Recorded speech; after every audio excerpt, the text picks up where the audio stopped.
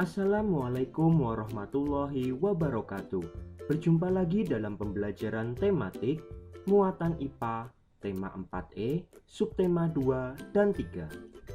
Pada pertemuan sebelumnya, kita telah belajar mengenai sifat-sifat cahaya. Kali ini kita lanjutkan mengenai benda-benda yang menerapkan atau dapat menggunakan sifat-sifat cahaya, terutama yaitu sifat cahaya dapat dipantulkan. Nah, kali ini kita akan pelajari mengenai cermin.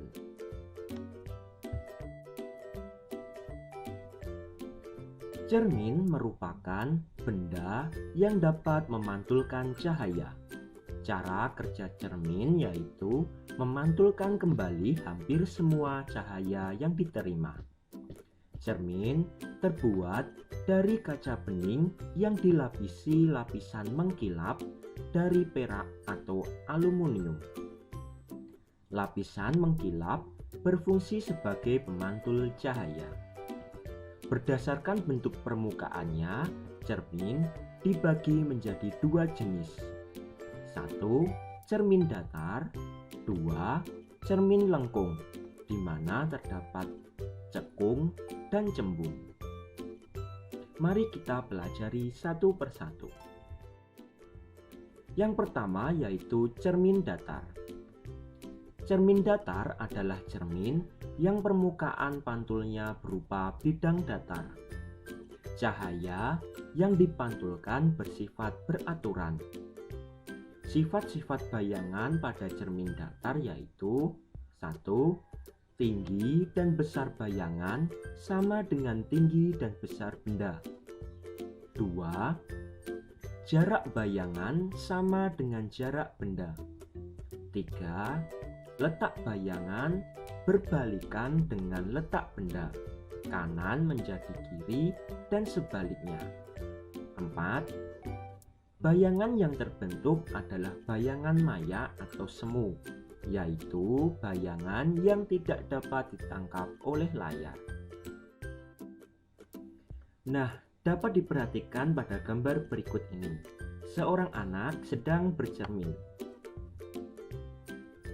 Jarak antara anak dan bayangannya yaitu sama.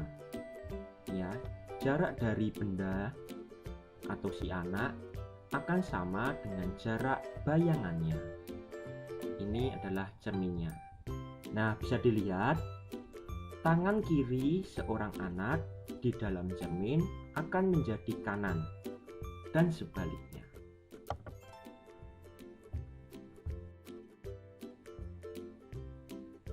Lanjut, yang kedua yaitu cermin cekung. Cermin cekung adalah cermin yang permukaan pantulnya berupa bidang cekung. Cermin cekung bersifat mengumpulkan cahaya. Biasa digunakan pada lampu senter dan lampu kendaraan bermotor. Sifat-sifat bayangan yaitu 1. Jika benda berada dekat dengan cermin cekung, bayangan bersifat maya atau semu. Tegak diperbesar. 2. Bila benda berada jauh dari cermin cekung, maka bayangan bersifat nyata, terbalik, dan diperkecil. Nah, dapat diperhatikan pada gambar berikut ini.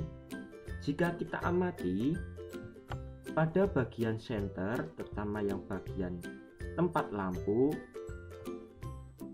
bidangnya yaitu berupa cekungan. Sama halnya dengan lampu kendaraan bermotor. Terlihat bahwa permukaannya berbentuk cekungan. Hal ini ditujukan untuk mengumpulkan cahaya dari lampu. Lanjut, yang ketiga yaitu cermin cembung. Cermin yang permukaan pantulnya berupa bidang cembung. Cermin cembung bersifat menyebarkan berkas cahaya yang dipantulkannya. Biasanya digunakan untuk kaca spion kendaraan dan kaca monitor di persimpangan jalan. Sifat bayangan cermin cembung yaitu maya atau semu, tegak, diperkecil.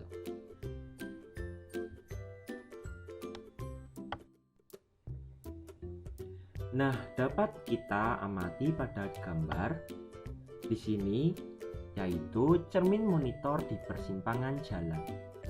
Gunanya untuk melihat kendaraan yang lewat di sekitar, terutama saat di tikungan.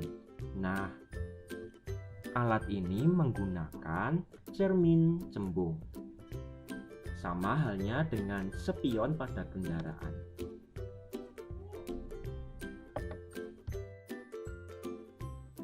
Lanjut, kita pelajari mengenai periskop.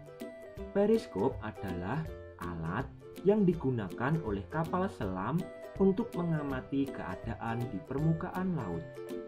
Periskop menggunakan dua cermin datar yang berada di dasar dan di bagian ujung periskop. Bayangan yang dihasilkan sama seperti benda asli yang diamati. Dalam penggunaannya, periskop memanfaatkan dua sifat cahaya, yaitu cahaya merambat lurus dan cahaya dapat dipantulkan. Dapat kita amati pada gambar berikut ini, kapal selam yang menggunakan periskop. Nah, di sini ada seseorang sedang mengamati keadaan di atas permukaan laut menggunakan periskop. Untuk cara kerja periskop dapat kita lihat pada bagian ini, di mana cahaya yang mengenai benda di atas permukaan laut akan merambat lurus menuju ke dalam periskop, di mana di sini terdapat cermin yang diletakkan pada sudut 45 derajat. Nah, cahaya tadi akan dipantulkan, kemudian merambat lurus menuju cermin kedua yang letaknya di bawah, yang sama diletakkan pada 45 derajat. Kemudian akan dipantulkan dan merambat lurus sampai ke mata kita.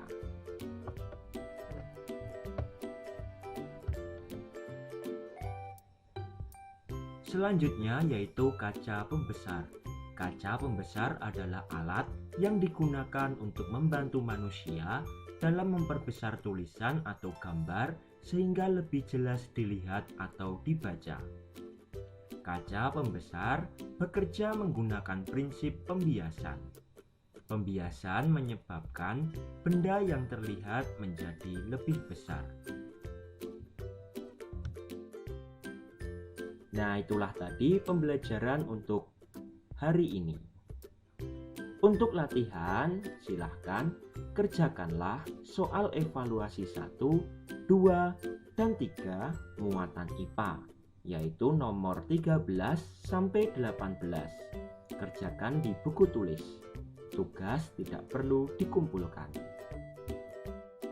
Terima kasih. Assalamualaikum warahmatullahi wabarakatuh.